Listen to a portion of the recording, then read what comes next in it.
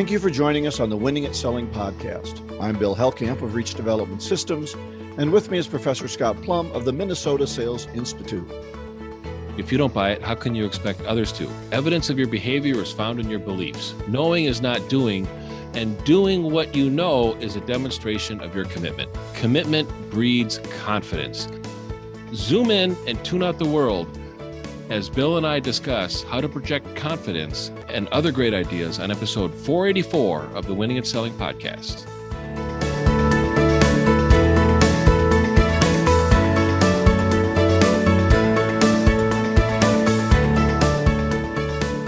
So if you understood what Scott said in that opening, you're doing better than I am, but that's okay.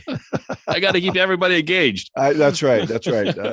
Mystery. It's all a mystery. So, never hire anybody that walks slow or talks slow. I think if you're in sales, you got to walk like you got a reason to walk, and you got to, want to be there now. That's one of my points about confidence too. So let's talk about that in a little bit. But before we get there, we're going to talk about our book club. We are nearing the end. We have 2 more segments on the 7 habits of highly effective people. Habit 7 is sharpen the saw, which to me means get training. To him, it means go out and renew yourself. And so he has 4 areas of renewal, and there's nothing wrong with that. It just doesn't meet the requirements of sharp. Did you get the same thing? My least favorite chapter of all of them, my least favorite habit. I'm like, oh, geez, I'm reading health and wealth and life balance section. And it's like, no, that's not what I was thinking. That's what it was life balance. And he wants you to balance yourself in 4 areas: physically, spiritually, mentally, and socially. And since Scott hated this, maybe I'll have to carry most my of least favorite. My least favorite. Okay. Least favorite. Least favorite out of very favoriteest thing. So he used the term synergistically, though. So I know you like that. Carry over from the previous habit. That's right. Well, he does carry all of these over from previous habits. And I thought that was kind of interesting thing that he did. He also talked about balancing the 4 dimensions, that you got to do a little bit in all of them. And that's where I kind of have a problem. Sometimes to be successful, I think you need to be out of balance. It depends on what the time is and the situation is. Maybe I have a big deal coming up in a week. I might be out of balance toward my sales for that time and not be able to do as much physically or mentally as I might want to. So anyway, the physical dimension is you need to get out and exercise. And I think that's probably true. Sure. What you eat, what you put in your body is important. Getting enough rest and getting some exercise are all good things to do, unless you don't like to do them. And then I just don't do them. Well, stress management. I do what I want. Yeah, stress management is in there, so that helps. I think I facilitated a sales meeting one time, and the salespeople were really kind of frustrating me, and I went and pulled 4,500 meters on the rower. And I tell you, it didn't take me long to do that. And I kept repeating exactly what they were telling me every time I put a stroke in on that rower. By the time I was done, I felt pretty good. I felt pretty good. I got that out of my system. Well, I do think that we are more sedentary. And I know when I train versus when I'm writing, I get much more tired, and it's a much more physical thing to be up in front of a group and training. It is. And I enjoy that tiredness. I enjoy the tiredness that comes with, doing some good work in the yard or exercising or playing tennis or pickleball or whatever you like. That kind of exhaustion is better than just a mental exhaustion. Yeah, I think sometimes I feel like I have to wear a flight suit when I'm speaking, because I need to have all that pressure holding my, keeping my blood inside and my heart going, because I just feel like I've got so much pressure. Yeah. Well, it's exciting, and it's exciting to be up in front of a group, and that's why we have a business. Scott and I each have a business that is based on that, being up in front and training, because we like to be there. So we also like to be up in front and selling. So those are things that should give you energy. If you have a job, if what you do on a daily basis sucks all the energy out of you, you might be in the wrong job. But we're going to talk about that next week. Yeah. That's a little teaser. Right. Tune in. All right. The second one he talks about is the spiritual dimension. The goal of renewing our spiritual self is to provide leadership to our life and reinforce a commitment to our value system. So what do you do spiritually, Scott? What is your... Well, I'm a very, I believe, very faith-based person on my actions. So I want to be able to live a day that God can look down on me and say, "Well done, faithful and loyal servant." So that's my motivation, and I want to seek the approval of my Lord, and it's my favorite Bible verse is Psalms 118 verse 8. Better take refuge in the Lord than trust in any man, and that's my spirituality. Plus, I am religious, so I go to church, and that's where I really exercise the religion, which is different than spirituality. Well, I think spirituality should be a part of your religion, or it's not much going on there. And so I'm probably along the lines of you. I tend to go to church. I have a Bible study that I'm in on Friday mornings with a group of guys that is very uplifting to me. 20 years we've been doing that. 20 years we've been getting. So we're kind of sick of each other, maybe. I don't know. No, we've grown together, and so I think that spiritual dimension. And he talks about meditation, reading great books, listening to music. All those things can help you. I'm not much of a communicate with nature guy, but no, I'm not. He talks about how this affects habit 2, which is committing to our values, right? And then bringing the end in mind. So he tries to take each of these and associate them with some of his earlier habits. So the third one is mental dimension. The goal of renewing our mental health is to continue expanding our mind. So how do you expand your mind, Scott? Well, I'm a learner. That's one of my strengths is I love learning. So if I want to start to philosophize, I want to learn something. One of the advices that I've heard from Tom Winninger, one of my best friends and former speaker, he said, when you listen to me speak, don't write down what I said, write down what it meant to you, what you thought of when I said something. And it was very insightful. He created that sort of inspired friction where he'd say something and then I would write down what I thought of. And that's the trigger. And that's what I really got out of the talk. And that's really getting into that mental dimension. But I love philosophy, and I think sales is philosophical too. I mean, in thinking about presenting an argument of influence. Right. I took philosophy in college, and like Steve Martin, I learned just enough to screw me up for the rest of my life. So I'm not sure philosophers really know what they're doing, but that's okay. Love Steve Martin. He does talk about limiting television watching, and I think that's good. That's kind of a cesspool now these days of modern thought, and very little. If I'm going to watch, I'll tell you, I like to watch old Andy Griffiths. I think those are actually kind of inspirational, watching people work together. And Andy usually screws up and has to apologize somewhere at the end. So right. It's good. It's good. All right. And then social emotional dimension. The social emotional says develop meaningful relationships. Seek to deeply understand other people. And I do that in liking to network. That's probably the biggest thing I've missed. I don't like to network over Zoom. I do it because that's, I'm doing with this podcast and other things that I do. I'm doing a lot more nationally now, meeting a lot more people nationally. So obviously I can't sit down and have a cup of coffee, but I really get a lot of read off people just being with them in a room. So, and that's part of my training too. I'd much rather train with those people in a room. I get much better read. Totally agree. How about you? Anything you do for the social? I like the networking. I love interacting with people. I get a little bit of a charge out of it. I am an ambivert, so I kind of play the role that I need to play when I'm around people. I am an extrovert, and when I am alone, I get charged up by just being in a room and just zoning out in the watching some TV or reading, and I don't have to entertain anybody. I don't have to think about who am I going to want to talk to or what are they thinking about me. I'm just all alone, and that's it. Right. Yeah. Usually if we have a big party, like our Thanksgivings used to be like 25, 30 people at our house for Thanksgiving. And there'd be a time somewhere during that day that I had to go up to my room and just lay down and to get away from all that activity. But John Maxwell talks about getting together with thoughtful people. And I like to do that once in a while. And that is invite maybe 4 people over for dinner, for a nice dinner, and have good conversation, and just a diverse group of people to learn from and meet and have a good conversation with. I think that's good. I don't think we do that. It's kind of an adult thing we don't seem to do anymore. We have pizza parties and we watch football games together, but we watch movie night. But to get together to have conversations, I think can really help you with that social and emotional dimension. Right. So yeah, we really need that. So, and he ties that to habits 4, 5, and 6, which is to reach out to other people, right? The Right. connections that you're trying to make. So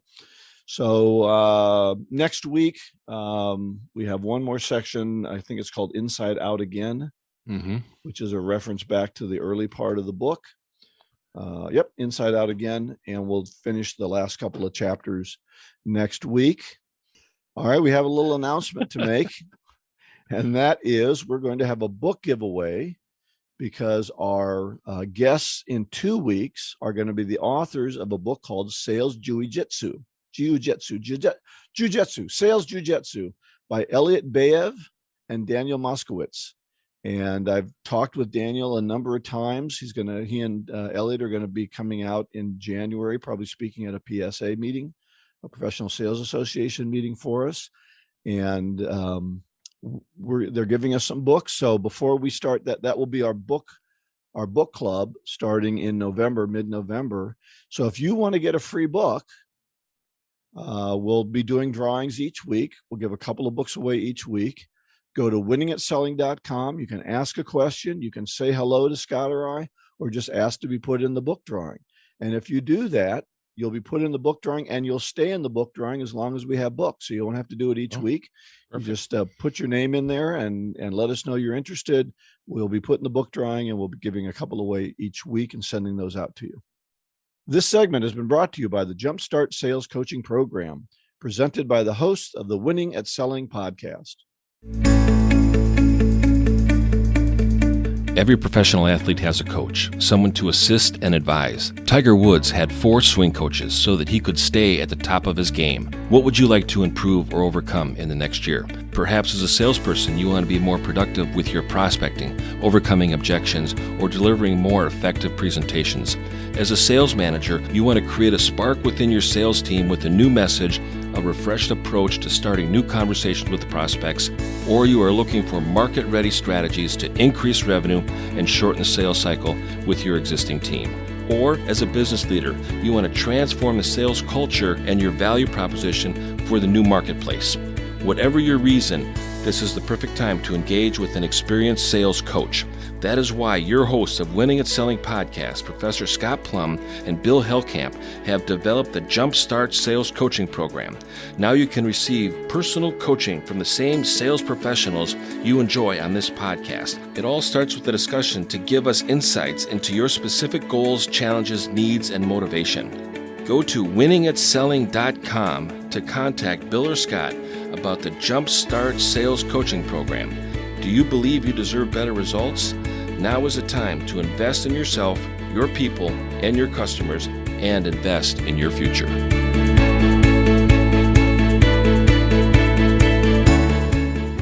So our topic today, as we said in the opening, is how to project confidence. And this is something that I think people that start off in sales really crave. And I think sometimes the people that have been around the block a few times have a tough time managing. So is that what you were talking about in that opening?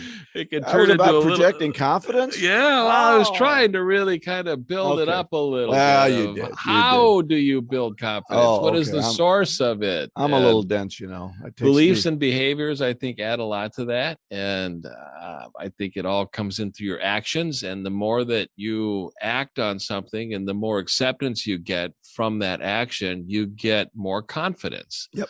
And I think there's a lot of things that we have to really ask ourselves when it comes to developing that area. And I've created 5 questions that we need to ask ourselves. And hopefully when we think about it, we come up with an answer that creates a little bit better foundation, and we feel like we're on a little bit more stable ground, and that would, emulate confidence in our actions and behaviors. So yeah, I can't express how important having an air of confidence around you is when you're trying to make a sale, when you're trying to persuade people in any way. If you can't be confident, as you said, if you don't buy it, the other people aren't going to buy it. If you can't talk about it with enthusiasm and confidence, no one's going to buy it from you. So you need to project that confidence. And how do you do it? How do you build it? I mean, how do we get it if I don't really start with it? Because everyone's starting a new job, well, they feel kind of stupid and out of it and unknowledgeable, right? Well, I think product knowledge can create a lot of confidence. I think, however, that needs to be managed, because once you start learning about product knowledge, you find out that there is never an end to how much you could learn. Right. And what is the goal? I mean, the goal is to know enough to be able to talk proficiently about a topic where your prospect is interested in having a conversation with you. Yep. And to understand the answers they give you. Right. And if it gets to a point where you're dealing in more complicated issues or solutions or products, you bring in a subject matter expert. Right. And a SME. Yeah. And let them geek out on whatever the prospect wants to talk about. Yep. And you're the facilitator of that conversation. You're the matchmaker of a prospect that really wants to learn about specialized knowledge. You bring in an expert on it, a seasoned professional with years of experience in it, and you match the two of them together, and they just love geeking out on it. And well, let's talk about your 5 questions then, because I think they're great questions. Good. So the first one is, how prepared are you when you start a conversation with somebody, making a phone call, having a meeting with somebody? Because the separation is in the preparation. If you're not prepared, it's going to show. Mm-hmm. If you are prepared, imagine how you're going to act when it comes to executing on all of the preparation and the plan and the intent of the questions that you're asking, the process that you're following to get the prospect emotionally engaged in the conversation so that they're interested and curious on what you have, and they're motivated to change. And if you don't challenge them, you don't change them. And that takes preparation, questions, and finding out what is the goal. Yeah, no, I agree with you. But I know we've talked in the past that there's a limit to the level of preparation, that you've been concerned in the past that some people do too much preparation and they never get off the gun. Very true, Bill. And I'm glad you brought that up. Making a phone call, be prepared in what information you want to obtain. That's pretty general in most cases with most prospects. There is a system, a checklist, a list of questions that gathers information. The goal of that qualifying call is to schedule an appointment later, a meeting, to be able to discuss their interests, what's most important to them, what are the challenges they're experiencing. Then you're going to be preparing for that meeting, because it has a greater chance of closing than if you spent 2 hours preparing for a cold call and you don't even know if the person's even in the office, if they're still there, the business is still open. You have no idea. So my preparation for phone calls is a different level than my preparation for a scheduled meeting. It's more of a list of questions and a process that you follow to qualify your prospects. If they are qualified, you move them to the next level. You prepare, in greater detail what that meeting is going to be like. But thanks for bringing that up. Well, I think some of that preparation is in product knowledge. I know when I've started out, I don't want to appear stupid, and that's a fear of many salespeople, is appearing stupid. But as you said, going overboard on product knowledge is a hole that you can never fill, right? Mm-hmm. It's the bottomless pit of product knowledge. So knowing when you know enough to walk in there with confidence, ask the right questions, and know that when it gets over your head, it's probably getting over the head of the person who's asking you the questions too. And I know in working obviously with software, there's a point where you bring all the technical people together. Yeah. In our business, Bill, I mean, if I'm talking with somebody that's bringing me in to work with a sales team, I'll ask them, what do you want your sales team to do different that they're not doing right now? And then they'll give me this list, boom, boom, boom, boom, boom. And I said, okay, so these areas are okay. This, and this. And they go, well, not really. I didn't really think about that until you asked. And I go, well, that's one of the reasons I bring it up. So this area is another area. Yeah. So what other area that you want to expand on? And now I get a whole list. Oh, am I adding up the ticket on that one? Right. And then I present a budget and a timeline, et cetera, that they picked. They picked the topics. I didn't. All I did is ask the questions, and they gave me the answers. Absolutely. So what you're saying is that develop a more precise list of questions when you go into that meeting. And when they're not mentioning it, follow up and ask them. So I'm guessing this is not a problem. Okay. All right, listen to what they're not saying. That I think really is a skill that salespeople need to develop, is listen to what they're not saying. All right, be amazed. Next question. All right. Whose approval do you seek? Number 2, whose approval do you seek? Be likable. Don't strive to be liked. Be someone others want to be like, meaning similar to. one of the greatest challenges that salespeople have is a high need for approval. If you suffer from that, you are not going to have confidence. You're going to want to be liked by your prospect. If you don't challenge your prospect, you can't change them. So how do you ask tough questions to prospects that get upset? Knowing that prospects that get upset are emotionally engaged in the conversation. And emotionally means people buy emotionally, they justify it intellectually. And you're onto something if a prospect's getting frustrated at some of the questions that you're asking. So, and if they're stupid questions and they get frustrated, that's a different thing. But if you're onto something and they're starting to discover things that they need to do differently, and you're the advocate of that, and they're getting upset, you're taking them to a place they need to be. And that's considering options. If they're not able to answer the questions, right, that's what frustrates them. Or we can't do that, or we didn't do that, or we didn't think of that. But then you have to relieve some of that and say, that's okay. That's why I'm here. Yeah, I'm here to help you through those. I want you to, I've always thought those questions were to dig a hole, help them dig a hole, and your product or service is the ladder. So when they're digging that hole, they should be getting more frustrated because they're going to need something to move them out of that hole. I was going to use the word help, but I know you don't like that. That's true. Thank you. I appreciate that. What's your third question? My third question is, what is the goal? Know what you want. When you arrive, pack up and leave. I mean, you stick around when the goal is met, you're going to talk yourself right out of the next step and maybe talk yourself out of a sale. What is the goal? When I arrive, I'm done. On to the next thing. Yeah. Well, I think knowing when to leave is always important. Most salespeople overstay their welcome because they didn't get kicked out. I had a friend of mine, Kenny, that I used to sell with, and I always laugh because Kenny sold them and he unsold them, and he sold them, then he unsold them, then he sold them, then he unsold them, and it all kind of depended on when Kenny finally shut up, whether they were sold or not. But he just didn't know when to stop and pack up and go. Yeah, and salespeople could do that. It's kind of funny and it's kind of sad when you see it happening. Here's one tip. If your prospect says, well means get the hell out of my office. But if you don't know that, and some people are too polite to throw you out, but they don't like you because you overstayed your welcome. Not knowing when to go. Yeah. Number 4 is, what distractions may you encounter? Be ready and know how to handle them. This is like the airline pilots preparing the flight simulators to be prepared for the unexpected. So when you're prepared for the unexpected, you're going to be able to have greater confidence. I took an improv class when I was young, and I tell you, I never had more fun during that class because I just laughed for 2 hours, and it was just joyful activities. But it really taught me on how to think and be relaxed and to be able to be creative under pressure. And that's a learned behavior. I highly recommend doing an improv class. You'll have the greatest time of going through any type of class. And I can't remember which book we were reading because we've read so many sales books now, but he talks about getting into a meeting and he expected one person there and the whole panel was there. And a couple of them hated him. And, so you've got to be prepared for those curveballs that they're going to throw you. The questions they're going to ask might be totally out of left field. The things they're interested in might have nothing to do with apparently what you came there to talk about. So be ready to continue to ask questions to narrow down that scope rather than make comments. And that's the thing we make a mistake at. When we're lost, don't say something, ask something. Yeah.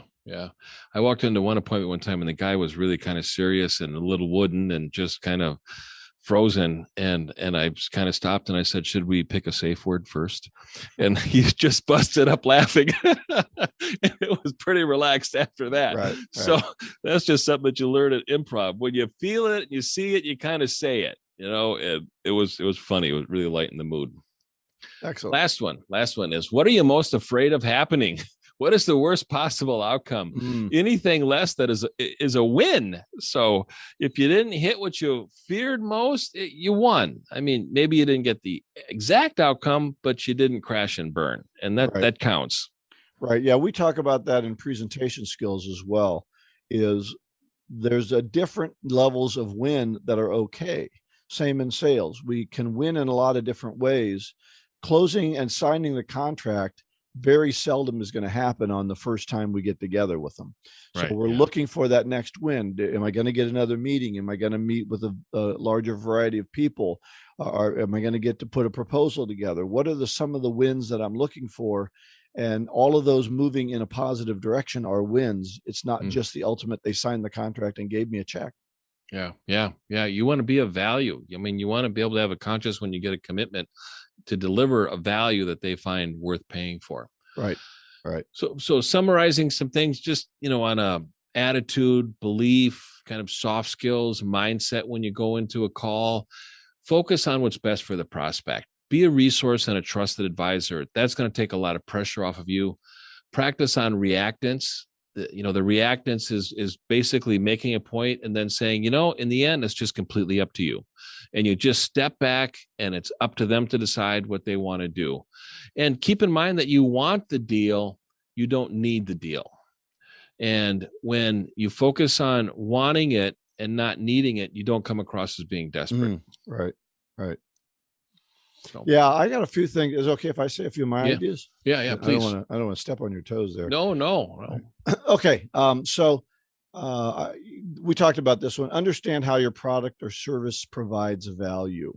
It's not just what your product does, but what is the value that it provides? What is it going to do for them? How is it going to change the way they do business, enhance the way they do business, make things easier, cheaper, better for them? You need to know not just your product, but the value proposition that your product provides.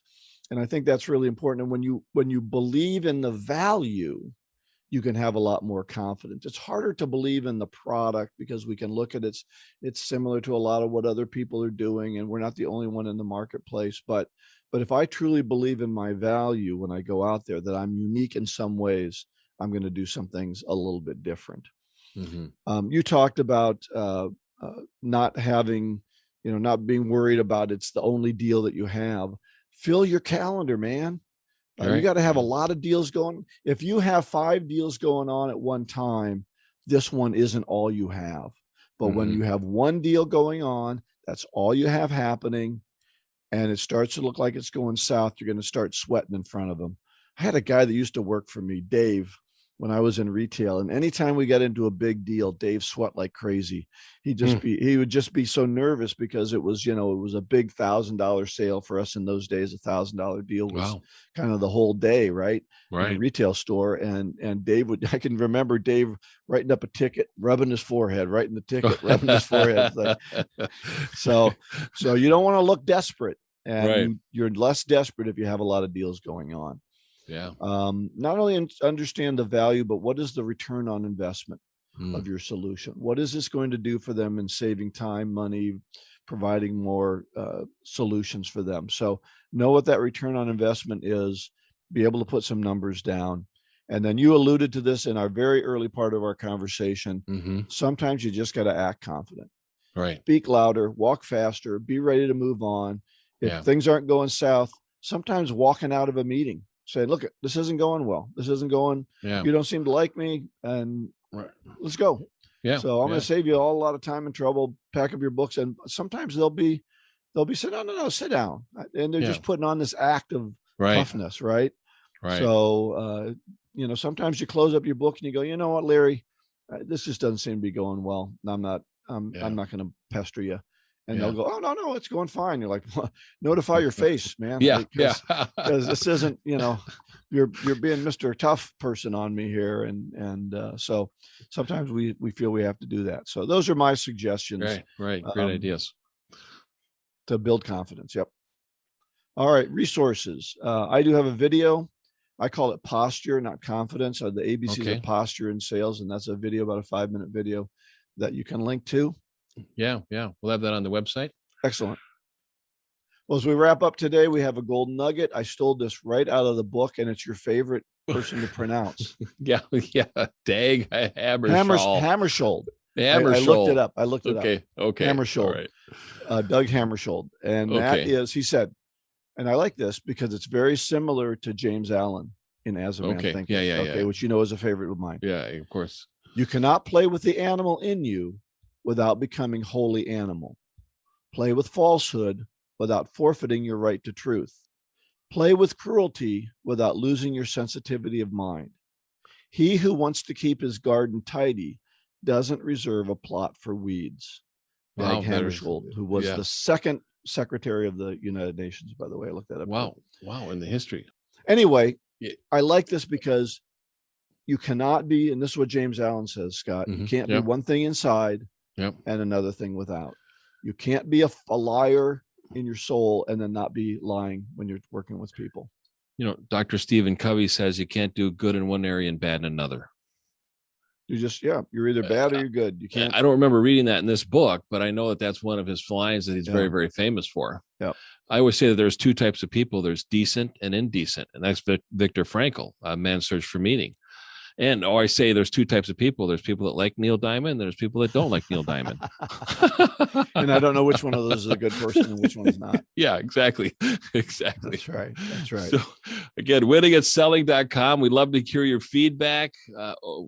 The book, is that are they ready to go for the book? Yeah. Go ahead open that up. Yep, Okay. Yep. That's opened up. So put in a good word and send us a note. We'll put you in the book drawing. Yeah. And then check out Bill's video. So our book club next week, 7 Habits of Highly Effective People, our last chance at that one, the final section, Inside Out again. And our topic is, should you be in sales? Go out and get better, one skill at a time. Joyful selling.